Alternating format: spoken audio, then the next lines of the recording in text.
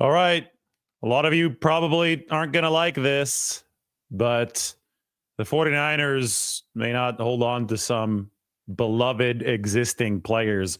Once free agency starts in a week, it's Wednesday, March 5th. Wednesday, March 12th is when free agency officially opens, although it could be before then that you hear Talanoa Hufanga and Dre Greenlaw are planning to sign with other teams. Adam Schefter on his podcast, and Schefter likely talks directly to the team about some of their plans. Also, he's plugged in with the agents, but this echoes a lot of what we've been hearing from various sources over the course of the past couple months. Talanoa Hufanga and Dre Greenlaw, it's going to be tough for the 49ers to retain them. And Schefter went as far as to say that Talanoa Hufanga is going to be gone. The quote here is, this is from Adam's podcast, they're going to lose talent in free agency.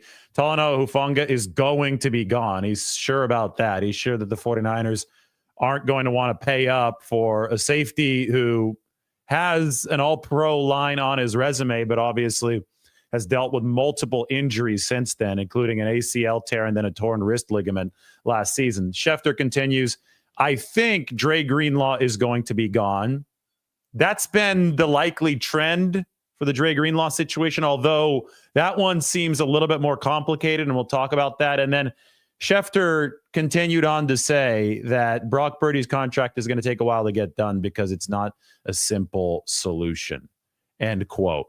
All right, so we've got a lot to talk about. I'm also going to later talk about a potential Jordan Mason trade because I've long thought that was very possible this offseason. I asked John Lynch about Jordan Mason's future and what level the 49ers might tender him at as a restricted free agent.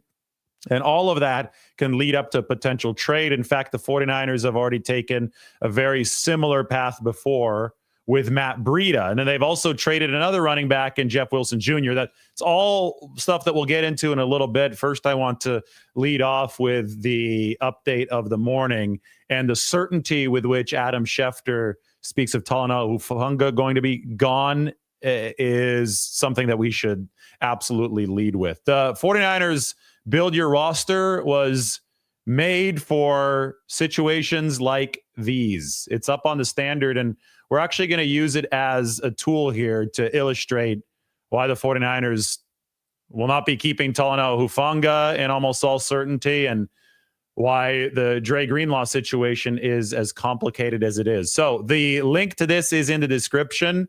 You go ahead and check it out. It's also up on X.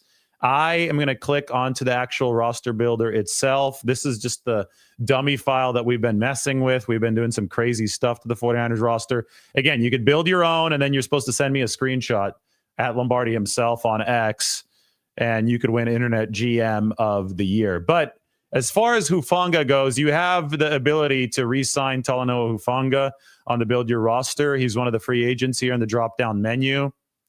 It wouldn't be cheap. It'd be probably over a $5 million cap hit. Now, maybe the 49ers could spread out the cap hit into the future, but they already have a lot of money in void years.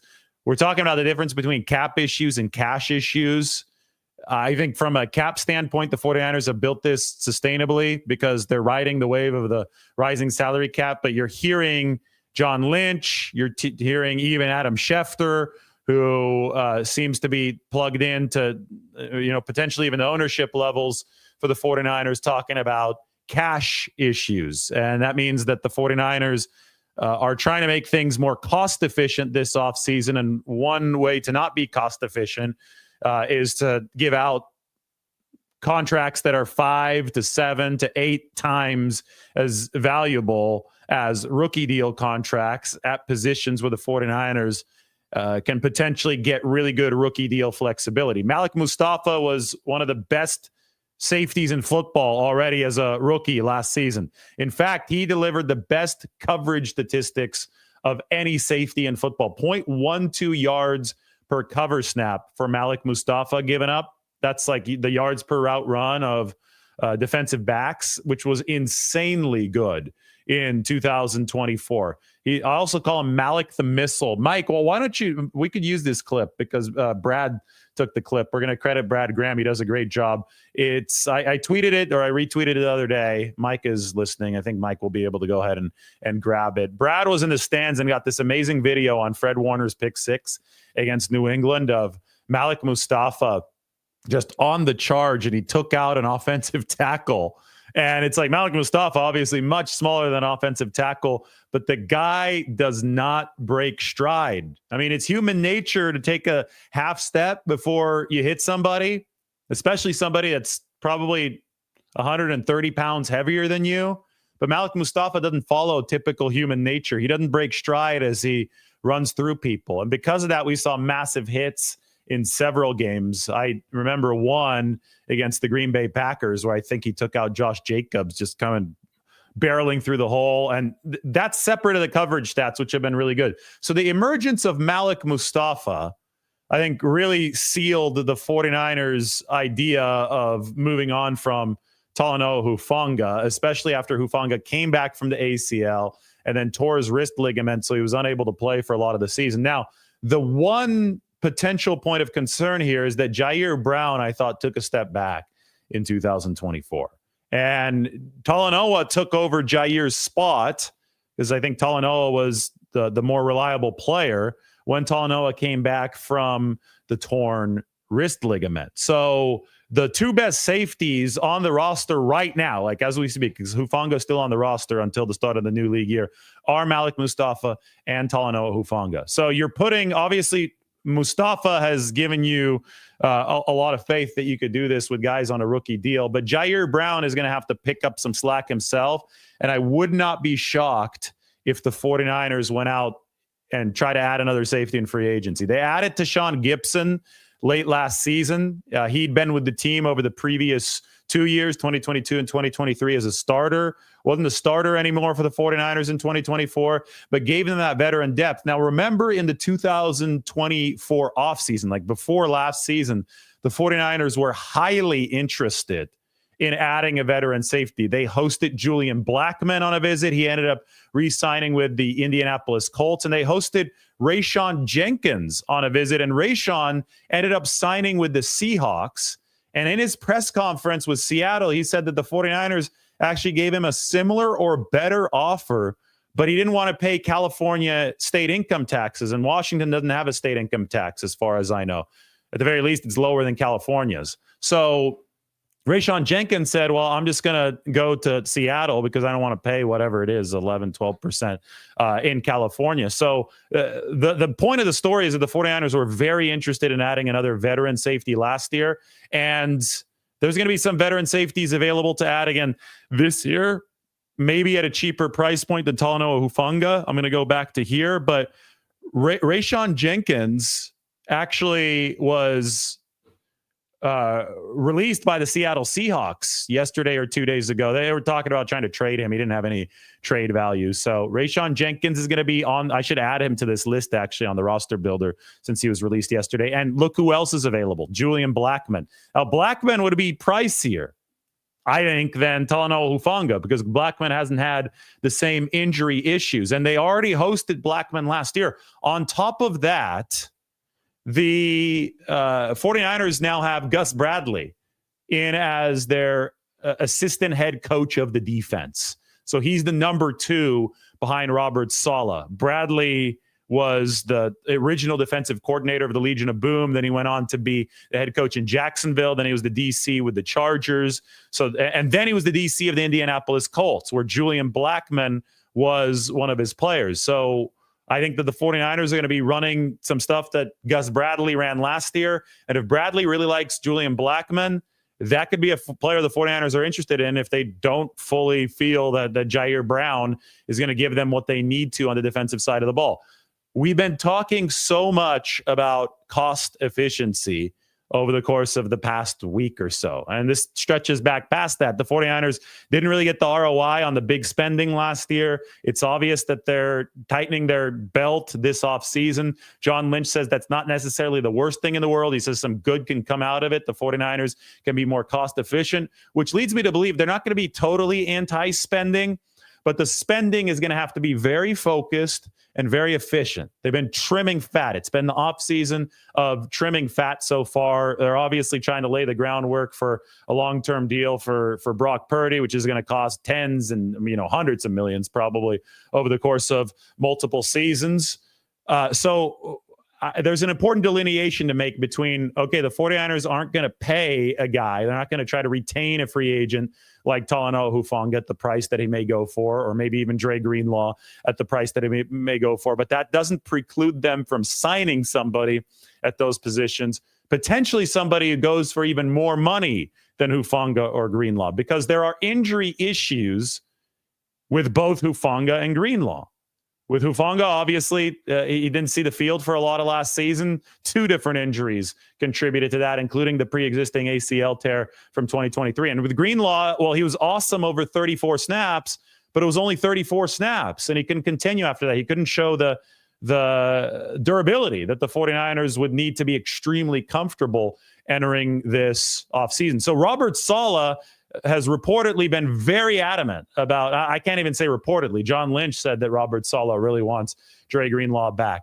And that might be at odds with the 49ers cost efficiency play here, because they want to make sure that their money is not going to a player who's going to be sitting out for a good portion of the season. They want to make sure that that availability is a big part of the equation. So when we look at different options at safety, if they do want to go veteran, if they do need to add somebody that they feel is a starter opposite Malik Mustafa, if Jair Brown isn't necessarily it for the 49ers in their minds, I don't know. We're going to see how they behave in free agency, and then we'll know a little bit more about their plans in this season. Then Julian Blackmon is a name to keep an eye out for, but of course, he's going to be more expensive. And then at linebacker, if it's not Greenlaw, and I've got Greenlaw going for a hit of about $7 million, I'm spitballing with some of this stuff on the roster builder.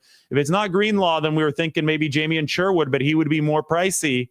Jamien Sherwood really did some good stuff with the Jets, and that was under Robert Saleh. So it's a similar type of connection, right, with Jamien Sherwood as it is with Julian Blackmon and Gus Bradley. Sherwood under Saleh with the Jets, Bradley Julian Blackmon under Bradley with the Indianapolis Colts. Both of these positions are extremely important to the defense. I think linebacker probably even more so. The 49ers defense dropped all the way down to number 26 in EPA last year, number 29 against the run. And the more tape I watch, the more people I talk to, and the more that I hear from Robert Saleh and his adamance to get Dre Greenlaw back, the more I say, well, the linebacker position was at biggest fault last year. You had Fred Warner, and he played great, especially considering the fact that he was playing on a broken foot from week 4 onwards. And I do wonder if he broke his foot on that play on the pick 6. It was during that game against New England, where we're going to try to get that video of Malik Mustafa, the missile. But you had Warner, and beyond that, you only had Greenlaw for 34 snaps. You had Devondre Campbell quit on the football team after not really delivering much before that. I thought you saw D. Winters emerge as a decent number 3 for the 49ers, and maybe he could take another step and start knocking on the door of a linebacker 2 for San Francisco. But it is asking a lot given how important linebacker is in this scheme. It binds the front end and the back end together, in that a lot of the duties of the linebacker position are responsible for taking care of the bigger gaps in between the defensive linemen in the wide 9. And there's also a lot of coverage responsibility.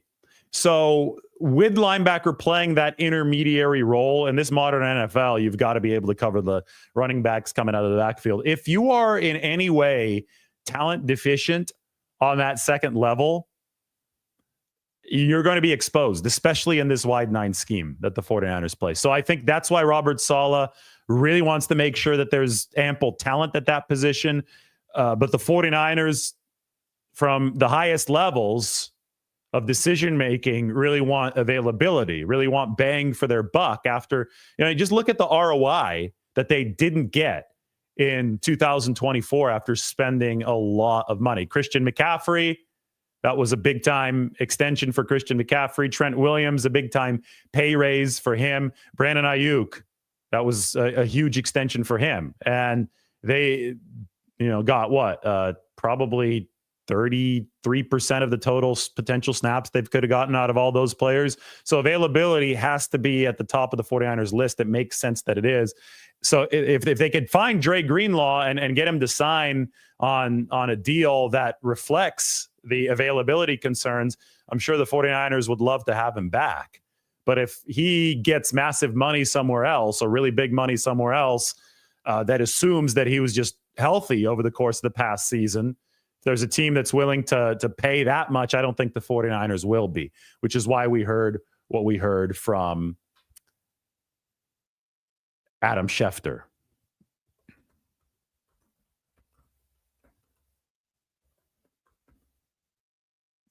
Another thing I want to talk about is a potential Jordan Mason trade.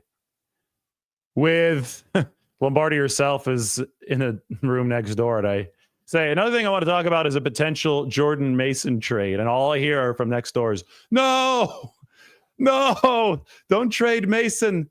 Well, I think it is very, very possible that the 49ers do trade Jordan Mason. It would have to be essentially a tag-in trade, or technically speaking, it would be a tender and trade for Jordan Mason, because he's not under contract right now for the 2025 season, but he is scheduled to be a restricted free agent. The deadline to tender Jordan Mason is a week from now, on March 12th.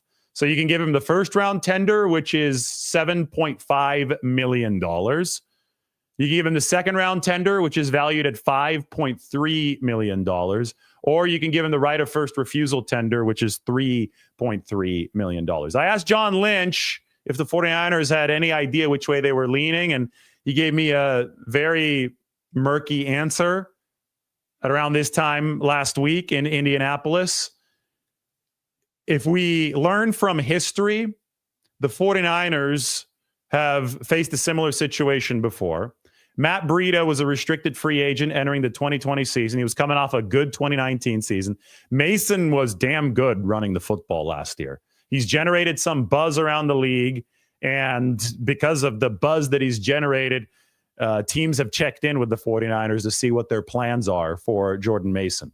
And when the 49ers faced this situation with Matt Breida in 2020, the second round tender was worth $3.3 million. Of course, salary cap inflation has made it more expensive. It's now worth $5.3 million. But the 49ers put the tender on Breida, and I'll explain how that process worked, or works. It still works the same way. And about 9 days later, they traded Matt Breida to the Miami Dolphins for a 5th round pick. So and Breida had to sign the tender, obviously, before he was fully under contract, and they were able to do that. But first, you have to get the guy under contract, whichever way you do it. You could do it through your own deal, too, and then you could trade away that deal if you want to. But get him under contract. The path of least resistance and probably the most surefire path with the highest potential upside would be the second round tender, because what happens is if you give Jordan Mason a second round tender with $5.3 million, if there's another team that wants to, pay Jordan Mason more, I doubt this would happen if they could trade with the 49ers for less. But it does give the 49ers the fallback of, somebody comes in, offers him $7 million. 49ers don't want to pay that. The 49ers would be owed a second round pick for Jordan Mason. That team would have to send a second rounder over to San Francisco. The much more likely way that this plays out, if San Francisco does the same thing that they did with Matt Breida in 2020, is they'd put the tender on Mason at $5.3 million. He signs it just like Matt Breida does. And then other teams who are interested in acquiring Jordan Mason for that $5.3 million price, because of how well he ran last year, would contact the 49ers, and San Francisco would potentially get a 5th round draft pick. I think that's been the going rate. Whenever they've had a surplus of running backs in the past, like a true surplus, they have traded, right? They've traded Matt Breida away. They traded Jeff Wilson Jr. away, both to Miami. That was mid-season for Jeff Wilson Jr. in 2022, both for 5th-round draft picks. Mason might be worth even a little bit more. I mean, he was a top shelf runner last year when he was running back 1 while Christian McCaffrey was out. And, Isaac Guerendo was just short of 500 rushing yards in limited time last season. So the 49ers do potentially have another logjam. And when we talk about cost efficiency in this situation, well, following the path of the past might be something that they do with Jordan Mason. Now, you could also argue that keeping Mason aboard would be the way for the 49ers to keep this roster as insulated as possible. Christian McCaffrey missed most of last season, so you needed running back depth. Isaac Guerendo also is going to need to show some more durability in 2025. But depth at a price tag of even over $3 million, even the $3.3 million price tag for the right of first refusal for Jordan Mason would be quite an investment for a running back that may end up the number 3 back on the depth chart, may end up being your closer. And as an undrafted free agent, not making a whole lot of money on a very small cap hit for the 49ers in 2022, 2023, and 2024, that absolutely made financial sense for San Francisco. But Mason's contract is, in all likelihood, going to at least triple this season. It will at least triple. It might quintuple. It might go up to $5.3 million, in which case the behavior of the 49ers this offseason so far, the cost efficiency plays that they've been making really wouldn't fit in line with what they're doing with Jordan Mason. So we'll see. Those are their options. They've got a lot on the table. They've got the tender process on the table. They can bypass that altogether, and they can re-sign Jordan Mason before the new league year starts to a deal outside of the tender process. That's typically a multi-year deal. That's what they did with Colton McKivitz last offseason. And that could potentially keep Jordan Mason's cap hit lower, because instead of being fixed at the rate of the tender, which would be the second round tender, $5.3 million, that cap hit must hit in 2025. You can actually stretch the cap hit out into the future. I could see what options we have in the build your roster for Jordan Mason. I basically have the tender price for Jordan Mason in there. So I'm going to add a tender and trade option to the build your roster right after I'm done with this live, because I think that given what the 49ers did with Breida in 2020 and the trade of Jeff Wilson Jr. in 2023, if I put all the puzzle pieces together, including John Lynch's murky answer about a week ago in Indianapolis, that may be the most likely path of action for San Francisco. Moving on, it's a busy morning. Schefter also said this about Brock Purdy's contract. He said, not a simple solution. The craziest thing about what Adam Schefter said yesterday, I think the most notable part of it was that he talked about, and this wasn't on the podcast, this was, I think, on the Pat McAfee show. He talked about the 49ers and cap issues, but then he immediately corrected himself and said cash issues. So which is it? Cap issues or cash issues, or is it both?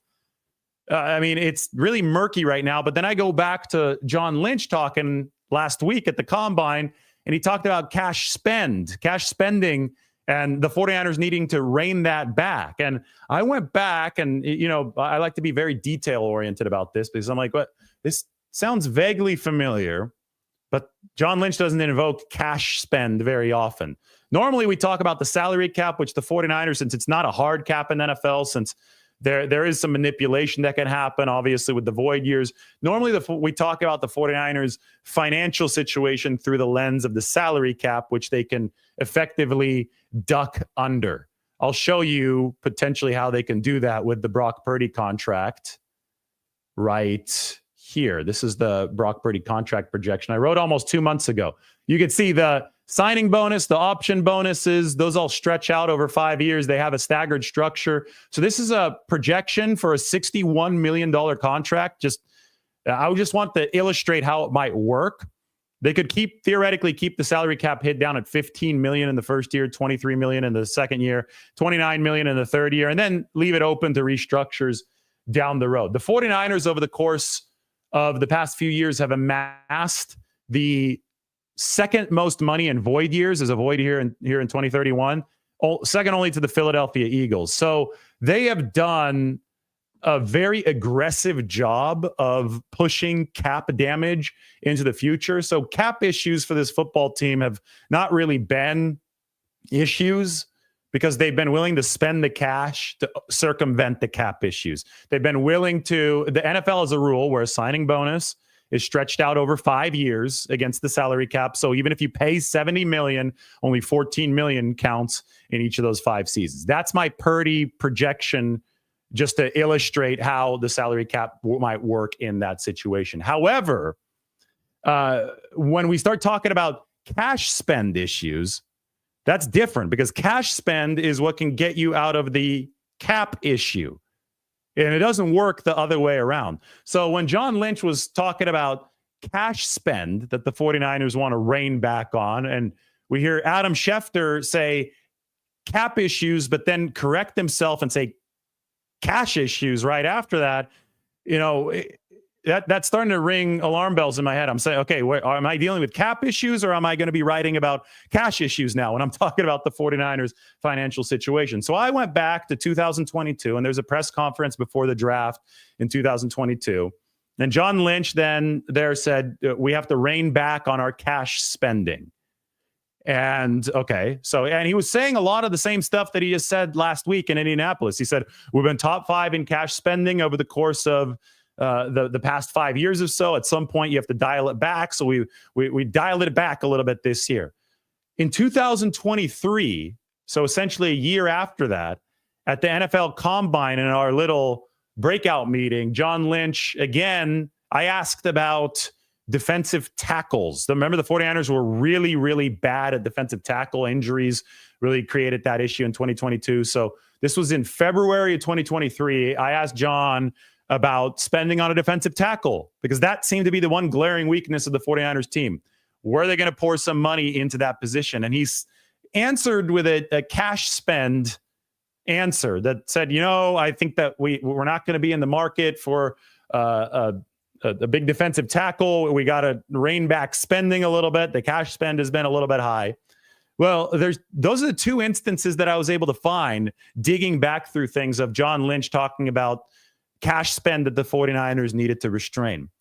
What was fascinating to me is consider the context and what happened after both of those things. The 49ers went on to splurge both times. In 2022, they went all in. So they're talking about needing to restrain cash spend in April of 2022. Well, during the regular season of 2022, they traded for Christian McCaffrey, whom they later paid. He obviously was cheap for them in 2022 because they acquired the contract from Carolina, but they later paid him. They were able to keep Jimmy Garoppolo on the roster on the restructured deal in 2022, later in that season. They also later paid Deebo Samuel in 2022, and they generally started this move, this all-in move that we've seen over the course of the past couple seasons as far as spending goes. In 2023, it was even crazier because the answer to the question about defensive tackles was, no, we got to rein back. And then they went out and signed Javon Hargrave less than a month later. That was the big fish on the defensive tackle market. So the 49ers in the past, whenever they have talked about cash spend and restraining it, have gone out and spent a big amount of money. This time they're talking, it's not just the 49ers talking about cash spend. It's not just John Lynch talking about it in interview sessions. Now Adam Schefter invoked the whole cash spend when he spoke on the Pat McAfee show yesterday. So this leads me to believe that it is a more aggressive line of messaging that the 49ers are putting out there. I don't know if it's part of the Brock Purdy negotiations or if it's part of just a general push toward financial efficiency, which probably would tie in with the Brock Purdy negotiations, but it is something that I am watching very closely. And I think we're going to get more clues on this as free agency hits next week.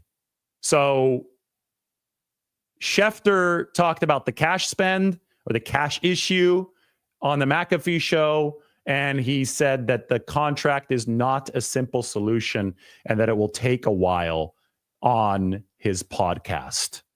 Complicated stuff this morning. Talanoa Hufanga and Dre Greenlaw likely gone. By the way, another wrinkle to everything here is that Javon Hargrave, I just talked about him 2 seasons after the 49ers signed him. He's going to be designated for a post-June 1st release. San Francisco already cleared $40 million over the next 2 seasons by voiding those years. It was not guaranteed money. And the post-June 1st release will ensure that the dead money, the money they've already paid him but has to hit the salary cap, most of it is pushed into 2026 and beyond. So they're set to save, I think, about 2.3 million by moving on from Javon Hargrave. There had been talk from John Lynch himself that the 49ers would try to retain Javon Hargrave moving forward into 2025. But when he was asked about it at the NFL Combine, Lynch said that he didn't think the 49ers would be able to afford Javon Hargrave. He thought the market for him was going to be higher maybe than initially anticipated. Jeremy Fowler today reported that Hargrave is fully healed from the triceps tear that he suffered in week 3 against the Rams. So perhaps that will intensify his market of suitors. But just as an update, it didn't seem that John Lynch was optimistic at all about the 49ers re-adding Javon Hargrave back into the mix. Other news this morning around the NFL was Joe Thuney, the great Chiefs offensive lineman, all-pro guard who had to move to the left tackle spot for Kansas City. He has been traded to the Chicago Bears for a 2026 4th-round pick. So the Chiefs, $18 million above the salary cap, have just executed a trade that will save them about that much. They need to be under the salary cap by this time next week. Kansas City definitely did not get better with this move. Thuney's really good. So good that they even trusted him out there at left tackle. I know it didn't work out all too well in the Super Bowl, but they did make it all the way back to the Super Bowl. They had tackle issues this past season. And basically that big investment that the Chiefs made in the offensive line after they last got their asses kicked before this time in the Super Bowl, that was in 2020 against the Bucs. They drafted Trey Smith. They signed Joe Thuney, who had been with the New England Patriots. All those investments had run their course. Guys were up for new contracts this offseason. So they franchise tagged Trey Smith for a record amount for the guard position, because the franchise tag is one umbrella. It's tackles and guards. So you don't get a great deal. They franchise tagged him for $23 million. That's a rigid cap hit for 2025 that they can't spread out over the years. So that essentially forced their hand with Joe Thuney. And Joe Thuney is now a member of the Chicago Bears, who are doing something fascinating under Ben Johnson over there. So the Chiefs definitely did not get better with this move. I think that Kingsley Suamataia, the BYU offensive lineman whom they drafted last offseason, a lot of 49ers fans wanted the 49ers to draft him, but Kingsley, he played some tackle, played some guard this year, didn't play a whole lot, few games worth of play. He is probably going to be moving to left guard for Kansas City, and they've got to figure out the tackle situation moving forward. But still, it's interesting to see that big-time 2021 investment in the offensive line is now maturing contract-wise, and Kansas City has to figure out ways to move forward around it. On the other end of this trade, what Ben Johnson and the Bears are doing in front of Caleb Williams is really interesting. They traded with the Rams for Jonah Jackson, a guard, yesterday. Jackson with the $16 million annual average value contract that the Rams awarded just last year. Jackson had previously played for Detroit, so Ben Johnson, former Lions offensive coordinator, gets his old guy back. And in consecutive days, they pick up two guards who they think are really good guards. I know Joe Thuney's a really good guard. Jonah Jackson's career obviously was derailed this past year, didn't play a whole lot for the Rams, but he was a good guard for the Detroit Lions. So Ben Johnson is trying to build a Jared Goff-like protection unit for Caleb Williams. So I think this is fascinating. The Lions formula under Johnson was obviously really good offensive line, really good stable of running backs, take as much pressure off of Jared Goff as possible. let him play quarterback, let him be the ball distributor there, and see what happens. And it obviously has had a ceiling for the Lions, but it's obviously been successful. Hadn't been Super Bowl successful, but it's been successful for the Lions. Ben Johnson moves over to Chicago. Caleb Williams, I mean, there was a mess, both of protection and of QB play. I put a lot of it on Caleb Williams. The pressure to sack ratio was terrible. I mean, you have to put a lot of these sacks, if not, most of them, on the quarterback position. You can't absolve Caleb Williams of responsibility. But Ben Johnson obviously believes that by creating a really strong sense of protection up front at both of the guard positions, he can eke more efficiency out of Caleb Williams. So he picks up Jonah Jackson. He picks up Joe Thuney on back-to-back days, and we'll see how it works out for the Chicago Bears. Crazy stuff happened around the NFL. Meanwhile, the 49ers and their cost-cutting play will likely continue. Back to the top of the show. This is from Adam Schefter talking about Talanoa Hufanga. He just said Talanoa Hufanga is going to be gone.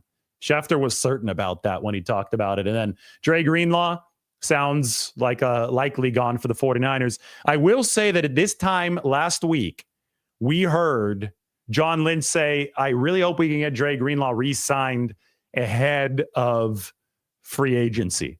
And the way I read in between the tea leaves is that the 49ers have something of a prove-it deal out for Dre Greenlaw, and they're hoping that sentimental ties to Robert Saleh, who's, I guess, putting on the full court press to Dre Greenlaw, giving Greenlaw a lot of calls, trying to keep him with the 49ers. They're hoping that Dre just says, okay, fine, I'll stay with the 49ers, work under Robert Saleh, who scouted and not really scouted. He coached me at the Senior Bowl and was a big part of drafting me in 2019. I'm going to stick there for the price the 49ers are offering. I think that Lynch has been really hoping that Dre Greenlaw would accept that offer and not go to the open market where there are going to be teams who are willing to pay Greenlaw more. So that's a likely gone situation. Hufanga seems close to certainly gone at this point, barring anything happening here in the 11th hour. And, back to Hufanga, the safety position for San Francisco has been in a fascinating spot ever since he tore his ACL. Because when he tore his ACL against Tampa Bay in 2023, Talanoa was coming off of the 2022 All-Pro season. And everybody was saying, okay, after 2023, 49ers this is another juncture in the road. They're going to have to pay another player. They keep on adding to this A-list core. What are they going to do with Hufanga? The ACL tear obviously cost him a lot of money. It happened at a very inopportune time. It happened in November of 2023. It wasn't even, early-ish in that season. It was on the later end of that 2023 season, which compromised his ability to be recovered in time for 2024. He obviously wasn't fully ready at the start of 2024. When he did come back early on, he hurt the wrist ligament right away. And it's just turned into injury hell for Talanoa Hufanga, one of the really good guys in the 49ers locker room. So that's been a terrible break for him. But the 49ers, and I think this probably has a lot to do with John Lynch, they've drafted extremely well at the safety position. They drafted Hufanga in the 5th round of the 2021 draft. And remember, Talanoa had that big block, even in 2021, when he wasn't seeing a whole lot of action on defense. He gave the 49ers one of the biggest plays they've seen on special teams. Jordan Willis blocked the punt. Talanoa Hufanga scooped it up in the snow. It was negative 10 degrees in Green Bay, and he ran it into the end zone. And then they were using him on those 3 safety sets. And then by 2022, he emerged as a starter, had the pick 6 against Matthew Stafford and the Rams. That was massive for San Francisco early in the season at Levi's Stadium. I mean, you can't talk enough about how successful of a draft pick this was for San Francisco. Those first 2 years, the ROI they got out of a 5th rounder, another 5th rounder, and Talanoa Hufanga was absurd. And guess who else was the 5th rounder? Dre Greenlaw in 2019. The 5th round is definitely a happy zone for the 49ers. Then they drafted Jair Brown in the 3rd round of 2023. Good rookie season. Not as good in his 2nd season. So Jair Brown is really at the crossroads of the 49ers' plans moving forward. Following that, they used the 4th round pick on Malik Mustafa in 2024. And that so far has looked like epically good value for San Francisco. We're going to reopen up the San Francisco Standard here. I'm going to show you guys epically good value at the safety position. This is the Brock Purdy contract analysis. So we got to go to my author page. The build your roster on the San Francisco Standard is up on the description. Make sure you go check that out. Build your roster. Send it to me at Lombardi himself. You're going to have a lot of fun. Your boss will be mad at you for wasting time, but that's the way that we want to roll this week at work, right? You want to waste your boss's time at work. You want to build a 49ers roster instead, and you can decide what to do at the safety position. Take a look at this right here. 49ers safety performance in 2024. I think we should make this bigger across the whole screen so you guys can appreciate just how well Malik Mustafa played as a rookie. And this goes back to the 49ers drafting impressively at the safety position. So you've got yards per cover snap allowed. You see this when I'm circling with the cursor?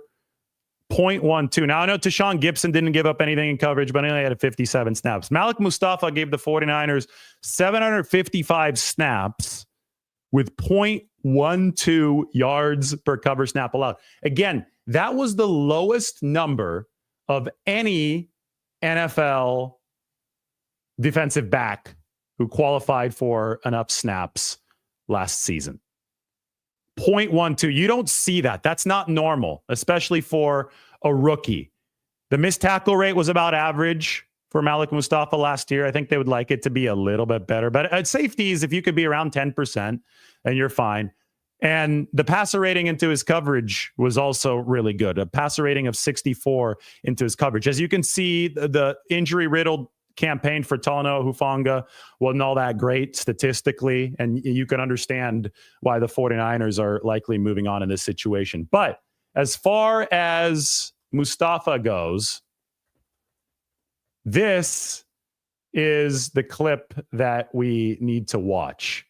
Mike was able to send it to me. We're going to credit Brad Graham at the SF Niners. Did a great job. Go ahead and make sure you follow him and follow Malik Mustafa on the pick six for Fred Warner against the New England Patriots.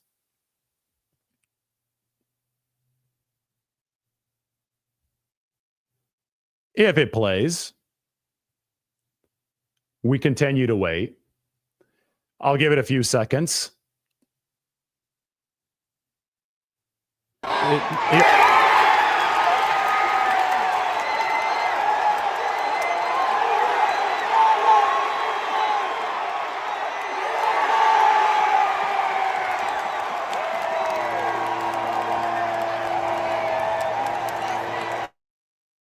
I mean, let's go back to this.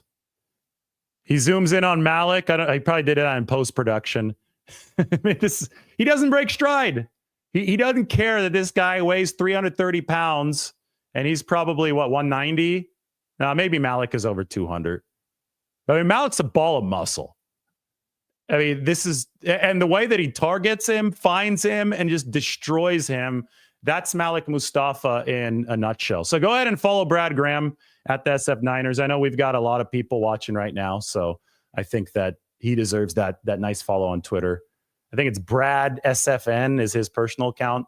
He does a great job. I mean, he'll show up at these games and they get these really, really cool clips. He did a great job with the camera. Brad's a hard worker, so shout out to him. Shout out to Malik Mustafa, who obviously is the centerpiece of the 49ers safety plans moving forward. Thank you to Mike for sending that to me as well. Fun stuff. Really fun stuff. Great times on this Wednesday morning. A lot to talk about around the entire league with the Tooney trade, the Jonah Jackson trade. One more piece of all this is today it was reported that I think Tom Pelissero came out and said that Aaron Banks is likely to make, and this is going to be 49ers Business 101. We'll put Business 101 up for this. Aaron Banks is likely to make 18 to 20 million on his next contract. And I had a breakfast burrito for breakfast this morning, and I almost dropped my breakfast burrito when I saw that. The Offensive line market, I don't know if that's going to come to fruition. It's probably an agent, trying to talk up the price for Aaron Banks. But we have seen guards in free agency command insane amounts of money. Talking about Jonah Jackson, just last season, Jonah Jackson signed for $16 million annually with the Rams. And Jackson's okay, solid guard, but he wasn't at the top of the league in any of these metrics. We can go to the offensive line metrics for the 49ers from last season in my State of the 49ers O-line piece up on the San Francisco Standard. And you'll see that Aaron Banks wasn't exactly a world beater for the 49ers. He wasn't terrible, but he's up here at the top. He's the second. This is percentile for pass blocking and percentile for run blocking. 43rd percentile pass blocker. So he gave the pressures and the quarterback hits that he gave up. The rate that he gave up pressure last year was actually more than the typical guard. He was slightly below average. He was better than 43% of guards in pass blocking percentile. Oh, it's okay, right? It wasn't terrible, but it obviously wasn't above average. He was above average in terms of run blocking grade, and that's going to be subjective from PFF's perspective. So maybe he did a little bit better based on what people see on film, given what the 49ers were asking for him. But you get the idea. This is not a guard that was ranked in the top 5 or even the top 10 of the league. And now you have Tom Pelissero coming out and saying that he's going to make 18 to 20 million on his next contract. The 49ers are not expected to retain Aaron Banks. They just re-signed Ben Barch at $1 million for that left guard job. And, maybe they find some competition with Nick Zakel. Who knows what else they do moving forward this offseason. But, we go back to this. Ben Barch, look how he played when he filled in for Aaron Banks. It was only 65 snaps, but he scored 93rd percentile in pass block grade, 68th percentile in run block grade. So Barch played better than Aaron Banks last year, and the 49ers have him at a contract of about $1 million this year. If Banks goes and signs elsewhere for $18 to $20 million, the 49ers are very likely going to get the highest level comp pick. It's going to help them earn the highest level comp pick in the formula for 2026. Compensatory selection, the ceiling there is the 4th round pick. So it's a no-brainer to let Aaron Banks walk if he's going to be dealing with that ballpark of money. Even if he signs for $10 million elsewhere, that's going to factor heavily into the 49ers compensatory formula. And ever since John Lynch and Kyle Shanahan have took over, especially ever since the 49ers have gotten good, so 2019 or so, you take out 2017 and 2018 because you're not getting many comp picks in those years, they have earned the most compensatory selections of any team in the NFL. So if we want to talk business 101, we want to talk cost efficiency for the 49ers, comp picks, those do it. You get extra draft picks, and that player is only going to cost, $1 million a year. That's if Aaron Banks earns $20 million, which would be number 3 of all guards in the NFL. That would be, you could essentially find his replacement at a 20th of the price through the NFL draft. And for a player who wasn't delivering at the 90th percentile, the 80th percentile, the 70th percentile, even a 60th percentile would be a stretch. I think that's a very, very wise way of going about your business. Now, I still have my questions about whether Banks is going to earn 18 to 20 million. But that was the report this morning. And the first thing I thought of was, this is going to earn the 49ers compensatory compensation. I guess the adjective ahead of the noun is redundant, right? Compensatory compensation. I don't think that's the most proper use of English for me. But all of that has dropped this morning. Crazy stuff. By the way, we do have to get to this. It's a good thing that I remembered getting to this, because sometimes when there's so much news, I completely forget about it. But this show is brought to you by Public Rec. Public Rec and the Game Changer pants. They're comfortable enough to wear sitting on the couch, and they're stylish enough to wear in one of your work meetings, provided that you're not working from home. But if you're working from home, it's perfect, because you still have pants to make you feel like you're at work. You can be sharp, but you could also be comfortable at the same time. Usually when you order comfortable pants, you only get to pick from small, medium, large, and extra large sizes. With Public Rec pants, you get to select the exact width and length that you need. Whether you're a 30 by 30 or a 44 by 36, you can find your perfect fitting pants. The proprietary blend of performance materials provides the perfect combination of breathability and stretch while still holding its form. You'll never want to take them off. Comfortable enough for the couch, sharp enough for the city. For a limited time, you can get 20% off at Public Rec by using the code Lombardi at checkout. So right now, just go to publicrec.com, use the code Lombardi, and you're all set. Oh, and when they ask you how you found them, be sure to mention our show. It really helps us out. Upgrade to Public Rec and feel the difference. Also, while you're here, make sure that you head to the San Francisco Standard. The build your roster is something that you need to do. A lot of people have sent me their rosters already. I've retweeted some of them. I've shared some of them. Maybe I'll share some on the show at some point coming up. But this is what the retro build your roster tool looks like. This is what the new build your roster tool looks like. You can do all this cool stuff. If the 49ers are very unlikely to re-sign Talanoa Hufanga, unlikely to sign Dre Greenlaw, you can do your own roster where you keep those players or keep Greenlaw. You'll be able to execute a Jordan Mason tender and trade. I will actually go and add that feature into it right now because I just looked that you could re-sign him. But as far as trading him, I think that's what they did with Matt Breida, and I think it's definitely a possibility for Jordan Mason. And obviously, you can also re-sign Brock Purdy, as we've done right here, at a cap hit of $15 million for the 2025 season. All right, everybody, thanks for watching. What a morning. A lot going on. Hit that subscribe button, hit the like button, and I'm going to take a look at the chat really quick. Thanks, Nick. Really appreciate you. Wanted to give Nick a shout out. Nick Dub. Thanks, man. We'll talk to you guys soon.